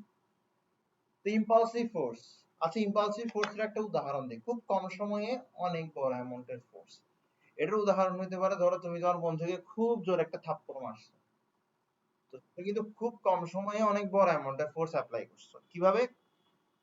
তুমি যখন ওকে থাপ্পড় মারতেছো, তুমি কি পরিমাণ সময়ে ওই থাপ্পড়টা মারছো? দেখো এখানে যে টাইম পিরিয়ড আছে ফোর্সের, বা যে টাইমে তুমি ফোর্সটা অ্যাপ্লাই করতেছো, ওই টাইমটা কতটুকু জানো? তোমার হাত আর ওর ফেস যে পরিমাণ সময় কন্ট্যাক্টে ছিল, ওটাই হচ্ছে যে টাইম জুড়ে তুমি ফোর্সটা অ্যাপ্লাই করছো। তুমি যখন থাপ্পড় মারবে তোমার ফ্রেন্ডকে, তখন তোমার হাত কি তোমার ফ্রেন্ডের মুখে খুব লম্বা সময় ধরে কন্ট্যাক্টে থাকবে? উত্তর হচ্ছে না, খুবই অল্প পরিমাণ সময়ে কন্ট্যাক্টে থাকবে। তো এই যে অল্প পরিমাণ সময় কন্ট্যাক্টে আছে, অনেক বড় একটা ফোর্স তুমি অ্যাপ্লাই করতেছো, অল্প পরিমাণ সময় কন্ট্যাক্ট আছে এখানে, বা অল্প পরিমাণ সময় তুমি অনেক বড় একটা ফোর্স অ্যাপ্লাই করতেছো, এটাই তো ইম্পালসিভ ফোর্স। তাহলে তুমি তোমার বন্ধুকে যে থাপ্পড় মারতেছো, এটা একটা ইম্পালসিভ ফোর্সের উদাহরণ। এর পাশাপাশি ইম্পালসিভ ফোর্সের উদাহরণ এটা হইতে পারে যে তুমি ক্রিকেট খেলতেছো, তোমার বন্ধু তোমার দিকে বল ছুড়ে মারছে, মানে বল করতেছে আর তুমি ব্যাট করতেছো। তো ও বল করলো এন্ড দেন তুমি কি করলে, স্ট্রাইক করলা। তো যখন তুমি ব্যাট দিয়ে বলটাকে স্ট্রাইক করবা, তখন তুমি অনেক বল, একটা ফোর্স বলের উপরে অ্যাপ্লাই করতেছো। তুমি কতক্ষণ সময় জুড়ে এই ফোর্সটা অ্যাপ্লাই করতেছো? সময়টা হচ্ছে তোমার বল আর ব্যাট যতক্ষণ ধরে কন্ট্যাক্টে আছে, ওটাই হচ্ছে সময়টা। কারণ এটা কি খুব বড় সময় নাকি খুব ছোট একটা সময়? অবশ্যই খুব ছোট একটা সময়। খুব ছোট একটা সময়ে অনেক বড় অ্যামাউন্টের ফোর্স অ্যাপ্লাই হচ্ছে, তাহলে এটা হচ্ছে ইম্পালসিভ ফোর্স। এটা হচ্ছে ইম্পালসিভ ফোর্স। আচ্ছা, এই যে ইম্পালসিভ ফোর্স আছে, এটাকে আমরা এক্সপ্রেস করি জে দিয়ে। কি দিয়ে? জে দিয়ে। আচ্ছা, জে হচ্ছে কি? না না না, জোল কেন? বা ওটা তো ওয়ার্ক ডানের ইউনিট জোল। জে হচ্ছে ইম্পালসিভ ফোর্স, এটা হচ্ছে ফোর্স ইনটু যে সময়টা জুড়ে ফোর্সটাকে অ্যাপ্লাই করা হচ্ছে। ফোর্স ইনটু যে সময়টা জুড়ে ফোর্সটাকে অ্যাপ্লাই করা হচ্ছে, এটাই হচ্ছে তোমার ইম্পালসিভ ফোর্স। আচ্ছা, তো এটা তো একটা ফর্মুলা ইম্পালসিভ ফোর্সের। এবার ইম্পালসিভ ফোর্স হচ্ছে ভেক্টর। ইম্পালসিভ ফোর্স কি? এটা একটা ভেক্টর। এটা একটা ভেক্টর। ভেক্টর মানে কি? ভেক্টর মানে হচ্ছে তার ডিরেকশন আছে, তার ভ্যালিউ আছে। ভেক্টর মানে কি? তার ডিরেকশন আছে, তার আবার ভ্যালিউ। যেমন ধরো আমি বলি, ফর এক্সাম্পল আমি যদি বলি যে আম, হ্যাঁ আমি ধরো বললাম যে আমার ম্যাস 80 কেজি। তুমি যদি বলো কোন দিক দিয়ে, আপনার 80 কেজিটা কোন দিকে কাজ করে, তাহলে এটা কি কোনো না, নিচের দিকে কাজ করে না, ওটা তো ওয়েট কাজ করে, মাস তো কাজ করে না নিচের দিকে, মোটেও সেম না। ওয়েট হচ্ছে এমজি, মাসের সাথে acceleration due to gravity multiply করলে তুমি ওয়েট পাও। ঠিক আছে? তো ওয়েট আর মাস কিন্তু একই না। ওয়েট আর মাস কিন্তু একই না। ফর এক্সাম্পল, তোমার মুনের মধ্যে acceleration due to gravity maybe 1.63 ms inverse 2।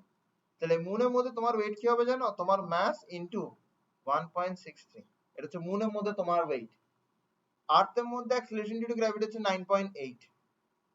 তাহলে আর্থের মধ্যে তোমার ওয়েট কি? m into 9.8। তাহলে ওয়েট কি দুই জায়গায় সেম থাকলো? না, কিন্তু দুই জায়গায় তোমার মাস কিন্তু একই আছে। বুঝছো?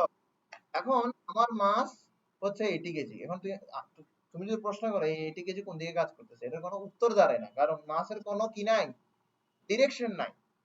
মাস মাস, এটার কোনো ডিরেকশন নাই। এখন যদি আমি বলি আমি 2 কিলোমিটার পার আওয়ার ভেলোসিটিতে দৌড়াচ্ছি, আর তুমি আমাকে বলতে পারো স্যার আপনি কোন দিকে দৌড়াচ্ছেন, আপনি কোন দিকে দৌড়াচ্ছেন? তাহলে আমি কোন একটা রেফারেন্স পয়েন্ট ধরে বলতে পারি আমি এটার সাথে এত ডিগ্রি অ্যাঙ্গেলে দৌড়াচ্ছি। ঠিক আছে? কোনো না কোনো কিছুকে একটা রেফারেন্স পয়েন্ট ধরে বলতে পারি যে আমি এটার সাথে এত ডিগ্রি অ্যাঙ্গেল করে দৌড়াচ্ছি। ধরো এখানে একটা দেয়াল আছে, আর আমি দেয়ালের সাথে 30 ডিগ্রি অ্যাঙ্গেল করে কি করতেছি, দৌড়াচ্ছি। তাহলে এই যে 30 ডিগ্রি আছে, এই 30 ডিগ্রি হচ্ছে একটা ডিরেকশন। এই 30 ডিগ্রি কি? একটা ডিরেকশন। অথবা এই যে আমি এদিক দিয়ে দৌড়াচ্ছি, এটাও কি একটা ডিরেকশন। তার মানে আমার যে ভেলোসিটি আছে, আমার ভেলোসিটির ক্ষেত্রে যখন তুমি জিজ্ঞেস করতেছো যে আমি তোমাকে বললাম যে আমি 1 কিলোমিটার পার আওয়ার ভেলোসিটিতে দৌড়াচ্ছি, তুমি বললা কোন দিক দিয়ে, এটার অর্থ দাঁড়ায়, এটা কিন্তু একটা অর্থ দাঁড়ায় স্যার আপনি কোন দিক দিয়ে যাচ্ছেন। এটা আমি উত্তর দিতে পারবো যে আমি এটার সাথে 30 ডিগ্রি অ্যাঙ্গেলে যাচ্ছি, আমি তোমাকে একটা ডিরেকশন দিতে পারবো। কিন্তু যখন আমি বলবো আমার মাস 80 কেজি আর তুমি বলবা কোন দিক দিয়ে, তখন কিন্তু আমি উত্তর দিতে পারবো না। ওই মাস মাস, এটার কোনো ডিরেকশন নাই। ঠিক আছে? তাহলে কিছু কোয়ান্টিটি আছে যেগুলো ডিরেকশন আছে, আর কিছু কোয়ান্টিটি আছে যাদের ডিরেকশনই নাই। কিছু কোয়ান্টিটি আছে যাদের ডিরেকশন আছে, আর কিছু কোয়ান্টিটি আছে যাদের ডিরেকশন নাই। তো যাদের ডিরেকশন আছে তারা হচ্ছে ভেক্টর, আর যাদের ডিরেকশন নাই তারা ভেক্টর না। ওকে, আচ্ছা, তাহলে ইম্পালসিভ ফোর্স হচ্ছে একটা ভেক্টর। ইম্পালসিভ ফোর্সের একটা ডিরেকশন আছে, ফোর্স যেদিকে ইম্পালসিভ ফোর্সও ঠিক সেই। এবার এটাকে ভেক্টর ফর্মে কিভাবে লেখা হয়? এভাবে লেখা হয়। তুমি কি ভেক্টর চ্যাপ্টারটা পড়ছো? ও বাপ রে বাপ, করছো তুমি নিউটনিয়ান মেকানিক্স বুঝতেছো কেমনে? আজ যাক, যেটা হয়তো যাই হোক, আমি হয়তো খুব ভালো বুঝাই, তো এই কারণে আচ্ছা যাক, যেটাই হোক। তো এটা হচ্ছে ভেক্টর ফর্ম। এটা কি ভেক্টর ফর্ম? ভেক্টর ফর্ম মানে কি? ভেক্টর ফর্ম মানে হচ্ছে কোন একটা, দেখো এটা একটা এটা একটা কোয়ান্টিটি, ইম্পালসিভ ফোর্স একটা কোয়ান্টিটি না? তো এটা হচ্ছে এই কোয়ান্টিটি ইকুয়েশন। তো কোন একটা কোয়ান্টিটির ইকুয়েশনের মধ্যে যদি তুমি প্রত্যেকটা ভেক্টরকে হাইলাইট করো, দেন তুমি সেই কোয়ান্টিটির ভেক্টর ফর্মটা পেয়ে যাও, বা সেই কোয়ান্টিটির ইকুয়েশনের ভেক্টর ফর্মটা পেয়ে যাও। ফর এক্সাম্পল, এটা হচ্ছে কি, এটা হচ্ছে ইকুয়েশন। কার ইকুয়েশন? ইম্পালসিভ ফোর্সের ইকুয়েশন। এবার আমি বললাম এটার ভেক্টর ফর্ম বের করো। কি করবা? এই ইকুয়েশনে যারা যারা ভেক্টর আছে তাদেরকে হাইলাইট করে দিবে। এবার ভেক্টরকে হাইলাইট কিভাবে করে? উপর একটা অ্যারো চিহ্ন দিয়ে দেন। উপর একটা অ্যারো চিহ্ন দেওয়ার মাধ্যমে আমরা ভেক্টরকে হাইলাইট করি। যেহেতু আমরা এই ইকুয়েশনের মধ্যে ভেক্টরগুলোকে হাইলাইট করছি, তাই বলে আমরা এই ইকুয়েশনের ভেক্টর ফর্মটা পেয়ে গেছি। খুবই ইজি। আচ্ছা, ব্রিলিয়েন্ট, ভেক্টর ফর্ম পেয়ে গেলাম। এবার আমরা আরেকটু সামনে যাই।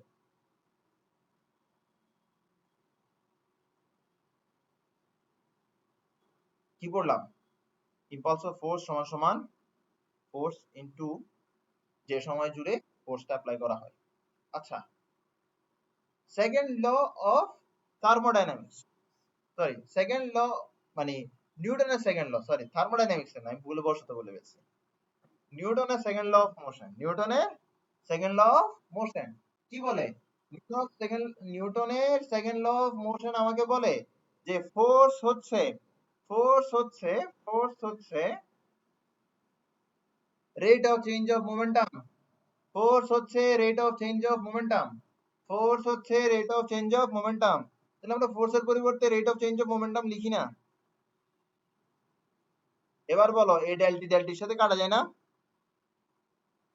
তাহলে কি থাকে? Del P. ডেল পি মানে কি? Change of momentum. Change of momentum, final momentum minus initial momentum. একটা অবজেক্ট আছে, এটার উপর তুমি এফ ফোর্স অ্যাপ্লাই করতেছো। এটার উপর তুমি এফ ফোর্স অ্যাপ্লাই করতেছো। ধরো এটার উপর তুমি এফ ফোর্স অ্যাপ্লাই করতেছো। ধরো অবজেক্টটা অনেক আগে থেকে একটা পার্টিকুলার মোশনে আছে। ধরো অবজেক্টটা কি আছে? আগে থেকে একটা ইউনিফর্ম ভেলোসিটিতে আছে, হ্যাঁ? অবজেক্টটা ধরো এটা হচ্ছে যে কি 0 সেকেন্ড, হ্যাঁ? অবজেক্টটা কি আছে? একটা ইউনিফর্ম ভেলোসিটিতে আছে। কিসে আছে? Uniform velocity. ইউনিফর্ম ভেলোসিটিতে আছে, মানে এত পর্যন্ত তার ভেলোসিটি চেঞ্জ হয় নাই। তো 10 সেকেন্ডে আসে তার ভেলোসিটি চেঞ্জ হবে। কেন চেঞ্জ হবে? কারণ 10 সেকেন্ডে আসে আমরা কি করব? একটা ফোর্স অ্যাপ্লাই করব। কতক্ষণ অ্যাপ্লাই করব? ধরো 5 সেকেন্ড ধরে অ্যাপ্লাই করব। 5 সেকেন্ড ধরে অ্যাপ্লাই করব, এরপর আর ফোর্স অ্যাপ্লাই করব না। ঠিক আছে? তো ফোর্স অ্যাপ্লাই করলে কি হয়? ফার্স্ট ক্লাসে পড়াইছিলাম, একদম ফার্স্ট ক্লাসে। ফোর্স অ্যাপ্লাই করলে স্টেট চেঞ্জ হয়। একটা রেস্ট একটা অবজেক্ট আছে, তুমি ফোর্স অ্যাপ্লাই করছো, মোশনে চলে যেতে পারে। একটা অবজেক্ট আছে যেটা ইউনিফর্ম ভেলোসিটিতে আছে, তুমি ফোর্স অ্যাপ্লাই করছো, সে রেস্টে যাইতে পারে। একটা অবজেক্ট আছে যেটা ইউনিফর্ম মোশনে আছে, তুমি ফোর্স অ্যাপ্লাই করছো, তার ভেলোসিটি চেঞ্জ হইতে পারে। তো ফোর্স কি করে? স্টেটটাকে চেঞ্জ করে। ফোর্স কি করে? স্টেটটাকে চেঞ্জ ফোর্স কি করে? স্টেটটাকে চেঞ্জ করে। তাহলে প্রথমে অবজেক্টটা কি ছিল? ইউনিফর্ম ভেলোসিটিতে ছিল, তুমি ফোর্স অ্যাপ্লাই করছো, তার ভেলোসিটি চেঞ্জ হয়ে যাচ্ছে। এবার এখানে আসে কিন্তু সে আবার ইউনিফর্ম হয়ে যাবে। কেন? কারণ এখানে কোনো ফোর্স কাজ করতেছে না, এই কারণে সে ইউনিফর্ম থাকবে। হ্যাঁ, এক্স্যাক্টলি। তাহলে দেখো, এখানে যদি তোমাকে আমি টাইম বের করতে বলি, কত সময় ধরে ফোর্সটা কাজ করছে, কিভাবে বের করবা? 15 মাইনাস 10। তো এই যে চেঞ্জ অফ টাইম বের করতেছে, এই কারণে এটাকে ডেলটি বলা হয়।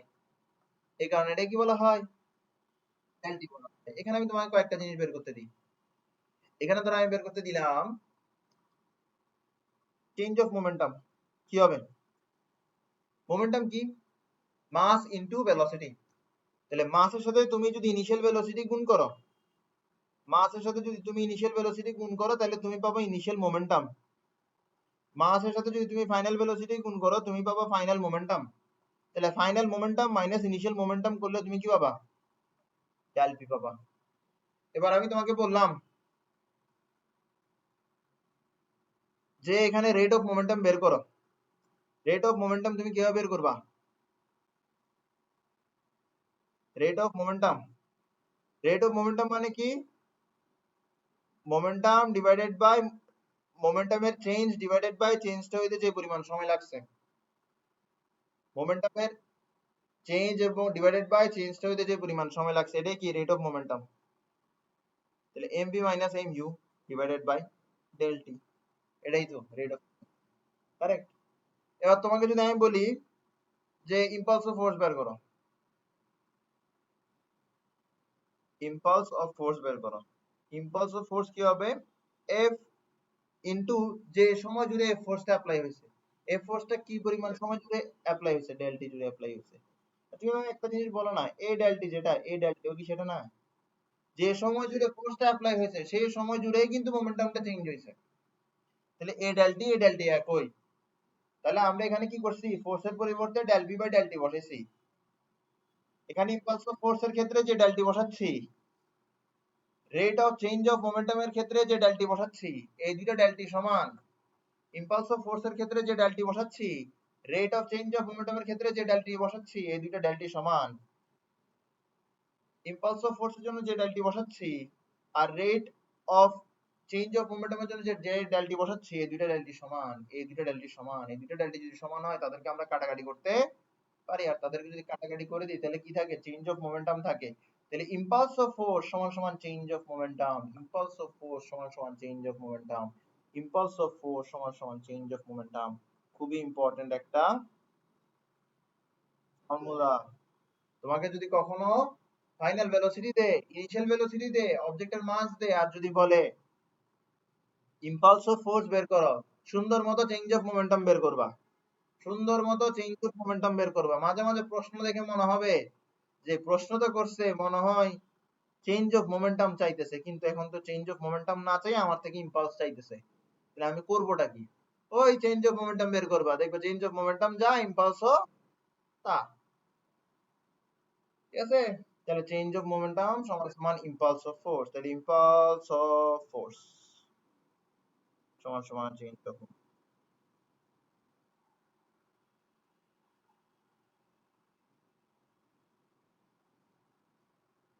ব্রিলিয়ান্ট।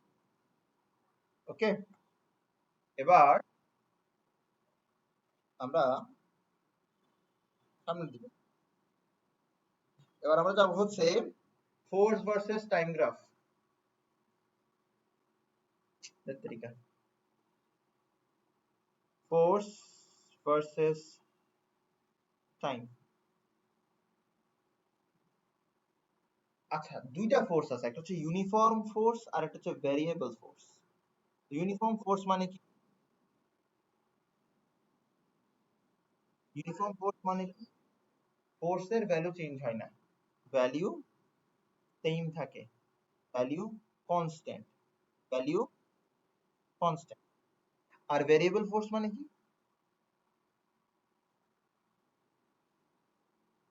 নামেই নামেই তার মিনিং আছে, ভেরিয়েবল ফোর্স। আর যার ভ্যালুটা কি?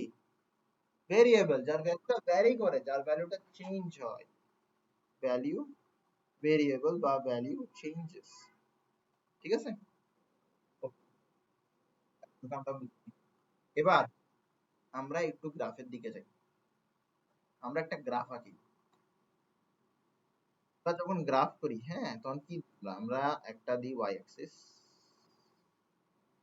আর একটা দিই এক্স অ্যাক্সিস, একটা দিই ওয়াই অ্যাক্সিস আর একটা দিই এক্স অ্যাক্সিস। আচ্ছা, ওয়াই অ্যাক্সিসে দিলাম আমরা ফোর্স, এক্স অ্যাক্সিসে দিলাম আমরা টাইম। তো ধরো আমরা একটা টাইম নিলাম, এটা হচ্ছে টি ওয়ান টাইম, এটা হচ্ছে টি ওয়ান টাইম, আর এটা হচ্ছে টি টু টাইম। এই টি ওয়ান টাইম থেকে টি টু টাইম পর্যন্ত আমরা ফোর্স দেখলাম, ফোর্স কি পরিমাণ কাজ করতেছে। দেখছি টি ওয়ান থেকে টি টু পর্যন্ত সেম পরিমাণ ফোর্স কাজ করতেছে, টি ওয়ান থেকে টি টু পর্যন্ত সেম পরিমাণ ফোর্স কাজ করতেছে। এখন আমার প্রশ্ন হচ্ছে, যদি আমি তোমাকে এখানে কি বের করতে দিই, যদি আমি তোমাকে এখানের মধ্যে বের করতে দিই ইম্পালস অফ ফোর্স, তুমি কিভাবে বের করবা? এই তুমি এখানের মধ্যে কি করবা, force into change of time, অথবা ফোর্স ইনটু যে টাইম জুড়ে ফোর্সটা কাজ করছে। তাহলে ফোর্সটা টি1 থেকে টি2 টাইম জুড়ে কাজ করছে, তাহলে ফোর্সটা কি পরিমাণ টাইম জুড়ে কাজ করছে, টি2 মাইনাস টি1। বুঝছো? ফোর্সটা টি2 মাইনাস টি1 সময় জুড়ে কাজ করছে। আচ্ছা, এবার আমরা এই গ্রাফটাতে একটু ফেরত আসি। আমরা এই গ্রাফটাতে একটু ফেরত আসি। দেখো, এটাকে আমরা কি বলছি, ফোর্স এফ। এতটুকু ফোর্সকে আমরা কি বলতেছি, ফোর্স এফ। তো ধরো আমরা ওয়াই অ্যাক্সিস বরাবর ফোর্সকে ধরলাম, আর এতটুকু ফোর্সকে ধরো আমরা কি ধরলাম, F1 ধরলাম। কি ধরলাম, F1। টি1 থেকে টি2 পর্যন্ত যে ফোর্সটা কাজ করতেছে সেটা হচ্ছে F1। আচ্ছা, তো এখন যদি আমরা এরকম একটা লাইন টানি, তো এটার ভ্যালুটাই কি F1 না? এটাই কি F1 না? ব্রিলিয়ান্ট, এটা F1। এবার এই যে এতটুক থেকে এতটুক, এটার লেন্থ কি হবে, টি2 মাইনাস টি1। টি2 মাইনাস টি1। এখন যদি তোমাকে আমি বলি এখানে ভেতরের এরিয়াটা বের করো, কিভাবে বের করবা? Length into breadth, F into T two minus T one. তার মানে কি, তার মানে কি দাঁড়ায়, তার মানে দাঁড়ায় হচ্ছে যে আমরা যদি এরিয়া বের করি, কিসের area, force versus time, force versus time গ্রাফের যদি আমরা এরিয়া বের করি, তাহলে আমরা impulse of force pi.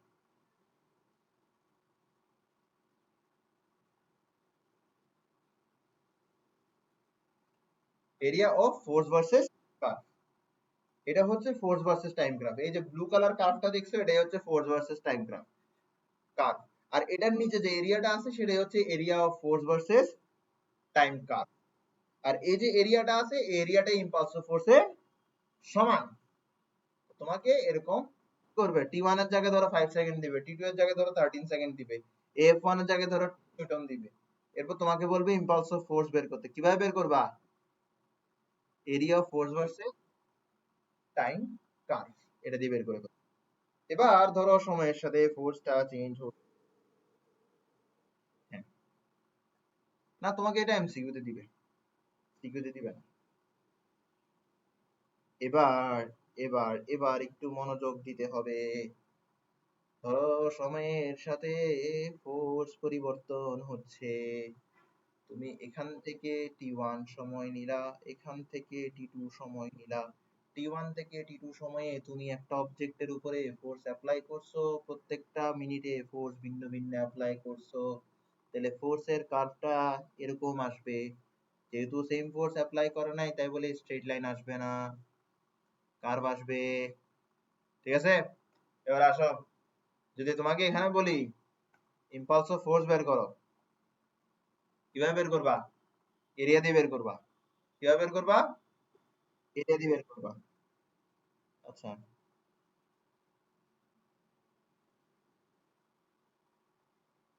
Area দিয়ে বের করবা। এখন একটু অপেক্ষা করো না, এবার তুমি এই এরিয়াটা জীবনে বের করতে পারবা?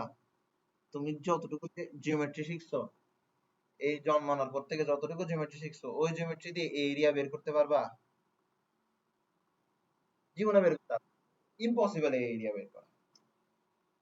এখন আসবে হচ্ছে ইন্টিগ্রেশন। আমি একদম অল্প কথায় ইন্টিগ্রেশন বুঝাবো, একদম অল্প কথায় বুঝতে হবে। বেশি প্রশ্নও করবা না, বেশি চিন্তাও করবা না, তোমার কাছে এই এরিয়াটা বের করতে হবে। কারেক্ট? তুমি এখানে খুব ছোট একটা এরিয়া ধরে নাও,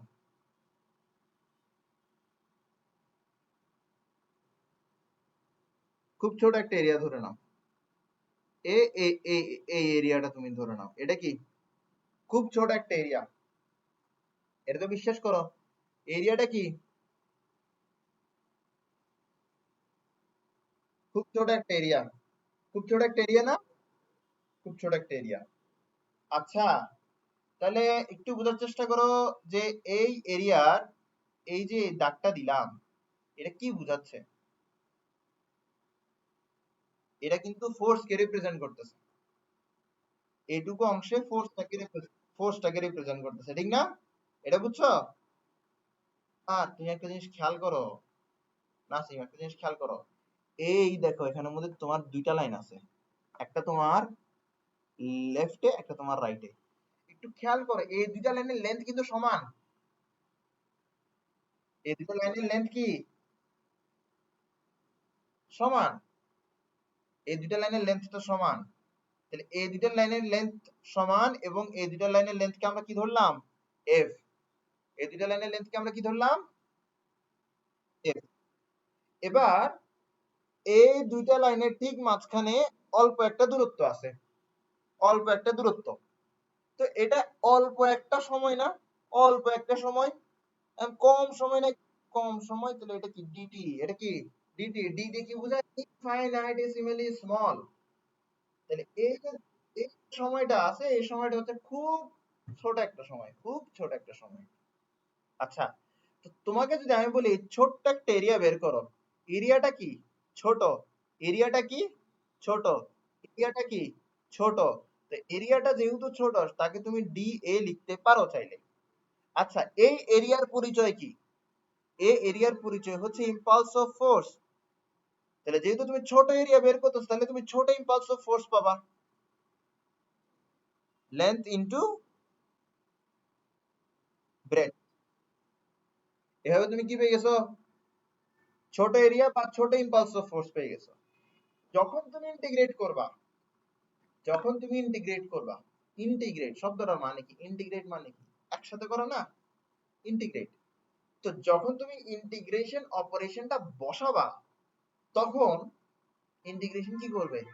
ইন্টিগ্রেশন এরকম এরিয়াগুলোকে অ্যাকুমুলেট করবে আর টোটাল এরিয়াটা দিয়ে দিবে। এটাই হচ্ছে ইন্টিগ্রেশনের কাজ। তাহলে তুমি এখানে কি করতেছো? ইন্টিগ্রেশন করতেছো। কি করতেছো? ইন্টিগ্রেশন করতেছো। তো ইন্টিগ্রেশন করলে তুমি পুরো এরিয়াটা পেয়ে যাবা। আর পুরো এরিয়াটা বলতে আমরা কি বুঝতেছি? পুরো ইম্পালস অফ ফোর্সটা তুমি পেয়ে যাবা।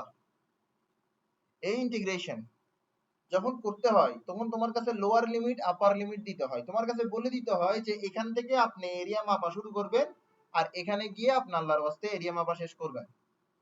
তো এখানের মধ্যে লোয়ার লিমিট কি? যেহেতু টি ওয়ান থেকে তুমি এরিয়া মাপতেছো, তাই বলে লোয়ার লিমিট হবে টি ওয়ান আর আপার লিমিট হবে টি টু। সরি, এখানে না, লোয়ার লিমিট হবে কি টি ওয়ান আর আপার লিমিট হবে কি টু। হ্যাঁ, তো এই লোয়ার লিমিট আপার লিমিট কোথায় বসাবা? ডিটি এর আগেই বসাবা, এদিক দিয়ে বসেনি, এদিক দিয়ে কাহিনী আছে আবার। তো তুমি এদিক দিয়ে সরাসরি বসালে কোনো সমস্যা নেই। আচ্ছা, এই যে লোয়ার লিমিট আপার লিমিট, তুমি একটা জিনিস খেয়াল করো, লোয়ার লিমিট আপার লিমিট এটা কি? টি আসছে, টি সময় আসছে, সময়। তো যেটাকে তুমি ইনফাইনাইটেসিমালি স্মল ধরছো তারই কিন্তু লিমিট বসছে, এটা খেয়াল রাখবা। ফোর্স এতটুকু অংশে কিন্তু ফোর্সটা কনস্ট্যান্ট ছিল না, ফোর্স বের হয়েছে টি ওয়ান টি টু টি। তাহলে এটা হচ্ছে কি তোমার, এটা হচ্ছে তোমার ইম্পালস অফ ফোর্স বের করা আরেকটা ফর্মুলা। তো তোমাকে কি দিবে? তোমাকে টি এর ইকুয়েশন দিয়ে দিবে। তোমাকে যখন টি এর ইকুয়েশন দিয়ে দিবে তখন তোমার কাছে কি করতে হবে? সেখান থেকে সরি, তোমাকে মনে হয় আচ্ছা তুমি ফোর্সটাকে ভেতরে রাখো, বাইরে করার দরকার নেই। ফোর্সটাকে ভেতরে রাখো, ফোর্স তো ভেরিয়েবল। ফোর্স কি ভেরিয়েবল? ফোর্স যেহেতু ভেরিয়েবল তাই বলে সে বের হবে না, আমি ভুলে বের করে দিয়েছিলাম। ফোর্স ভেরিয়েবল, ফোর্স বের হবে না। তো তোমাকে ফোর্স দিয়ে দিবে, ফোর্স দিয়ে দিবে আর তোমার কাছে সেখান থেকে কি বের করতে হবে? ইম্পালস অফ ফোর্স বের করতে হবে। তো তুমি এই সূত্রটা অনুসরণ করে বের করবে। এবার ফোর্স কিভাবে দিবে? 3 নিউটন, 4 নিউটন, 5 নিউটন এরকম না, এরকম ইকুয়েশনের মতন দিবে, এরকম ইকুয়েশনের মতন দিবে ফোর্স তোমাকে। তোমার কাছে এই ইকুয়েশনটাই কই বসাতে হবে? এখানে বসাতে হবে। তোমাকে ধরো লিমিটটা ওরা দিয়ে দিবে যে টি ওয়ান ধরো 5 সেকেন্ড, টি টু ধরো কি 10 সেকেন্ড, ঠিক আছে? তখন তোমার কাছে ইম্পালস অফ ফোর্স বের করতে হবে। আর এইগুলো কিভাবে করতে হবে এটা তুমি শিখবা কোথায়? তুমি এটা শিখবা ইন্টিগ্রেশন, হায়ার ম্যাথ। আর ইন্টিগ্রেশন তুমি তুমি তো আমার কাছে হায়ার ম্যাথ পড়ো না, এন্ড তোমার যদি ইন্টিগ্রেশন ডিফারেন্সিয়েশন পড়তে হয়, প্রেজেন্টেশনের জন্য তোমাকে আমি রেকর্ডেড দিছি। আর ইন্টিগ্রেশন, আচ্ছা ইন্টিগ্রেশনও তুমি রেকর্ডেডের ওখানে পেয়ে যাবে মনে হয়, লাইক 11টা ক্লাস আছে, 11টা ক্লাস ইন্টিগ্রেশন শেষ। আমার মনে হলো বাংলাদেশের মধ্যে কোনো কেউ 11টা ক্লাসের মধ্যে ইন্টিগ্রেশন শেষ করতে পারছে। আমি আলহামদুলিল্লাহ পারছিলাম। খুব সিলেক্টিভ ম্যাথ করাইছিলাম, এমন না যে খুব বেশি ম্যাথ করাইছিলাম। তো যেহেতু এটা বেশি ভয় পায় স্টুডেন্টরা, তাই বলি ইজি ভাবে পড়াইছিলাম। ঠিক আছে, তুমি চাইলে ডিফারেন্সিয়েশনের কয়টা ম্যাথ, ডিফারেন্সিয়েশনের মেবি 16 ক্লাসেস আছে, আর ইন্টিগ্রেশনের 11টা ক্লাসেস আছে। তুমি এই ক্লাসগুলো করে ফেললে তোমার ইন্টিগ্রেশন ডিফারেন্সিয়েশন আর কোনো প্যারা থাকবে না। তুমি একদম চিল ভাবে কি করে ফেলতে পারবা, চিল ভাবে ইন্টিগ্রেশন ডিফারেন্সিয়েশন বুঝে যেতে পারবা। এই টাইপের সিলি সিলি টাইপের ম্যাথ গুলো তুমি করে ফেলতে পারবে। এগুলো তোমার জন্য আর কোনো চিন্তা ভাবনার বিষয় হবে না। ঠিক আছে, তো যখন তোমাদের কলেজের মধ্যে ডিফারেন্সিয়েশন ইন্টিগ্রেশন পড়াবে, তখন রেকর্ডিং দেখে দেখে পড়ে ফেলবা। তো রেকর্ডিং গুলো কাজে লাগাবা, বুঝছো? আমরা আমরা হয়তো এমনই করব যে যেগুলো আমাদের শর্ট সিলেবাসে আছে ওগুলো আমরা পড়াবোই না। ওগুলো ধরো তোমাকে আমি বললাম যে রেকর্ডিং থেকে করে নাও, এটা তুমি রেকর্ডিং থেকে করে নাও, মানে যখন আমাদের টাইমের অভাব পড়বে বা কোনো একটা চ্যাপ্টার খুব বেশি ইজি হয়, যেটা তুমি রেকর্ডিং এ এমনি মানে চিপস খাই খাই রেকর্ডিং এ শেষ করে ফেলতে পারবা, ওই চ্যাপ্টার আমরা করে তো সময় ওয়েস্ট করে তো লাভ নাই। তোমার মনে হইতে পারে আমি ফাঁকিবাজি করতেছি, না আমি ফাঁকিবাজি করতেছি না, আমি তোমাকে সেভ করতে যাচ্ছি। আমি চাচ্ছি যে তোমার সিলেবাসটা শেষ হোক, তোমার সিলেবাস শেষ হোক, এটাই হচ্ছে আমার নাম্বার ওয়ান প্রায়োরিটি। তোমাকে যদি আমি এইচএসসির 2 মাস আগে বা 1 মাস আগে তোমাকে যদি আমি ছুটি দিতে পারি, এতে আমার কোনো প্রফিট নাই। এটা তুমিও বুঝো, এটা আমিও বুঝি। তোমাকে 2 মাস আগে ছুটি দিলে এটাতে আমার পারলে লস আছে, আমার প্রফিট নাই এটাতে, ঠিক না? তো তোমার সিলেবাস তাড়াতাড়ি শেষ হইলে এটাতে তোমার লাভ, এটাতে আমার লাভ না। তা আমি এই কারণে তোমাকে কি করতে চাইবো, আমি চাইবো যে যেগুলো তোমার ফুল সিলেবাসে আছে কিন্তু শর্ট সিলেবাসে নাই, ওই সব টপিকে আমরা বেশি ফোকাস দিব। আবার শর্ট সিলেবাসের অনেক সাবজেক্টের আমার রেকর্ডিং, অনেক চ্যাপ্টারের আমার রেকর্ডিংও নাই, ওগুলো আমার কাছে আবার তোমাকে করাইতে হবে, ওগুলো করাবো। এটা হচ্ছে আমার মূলত স্ট্র্যাটেজি তোমাকে নিয়ে। যদি তোমার কোনো পার্সোনাল বিশেষ মানে পার্সোনাল পার্সপেক্টিভ থাকে যে স্যার না আপনি সবগুলাই করান, তাহলে আমি করাবো। এইচএসসি এর আগের দিন পর্যন্ত সিলেবাস চলবে, তখন সমস্যা নাই, আমার আপত্তি নাই বাই দ্য ওয়ে। ঠিক আছে, তো আজকের ক্লাস এটুকুই। Thank you so much. আমাদের নেক্সট ক্লাসে দেখা হবে।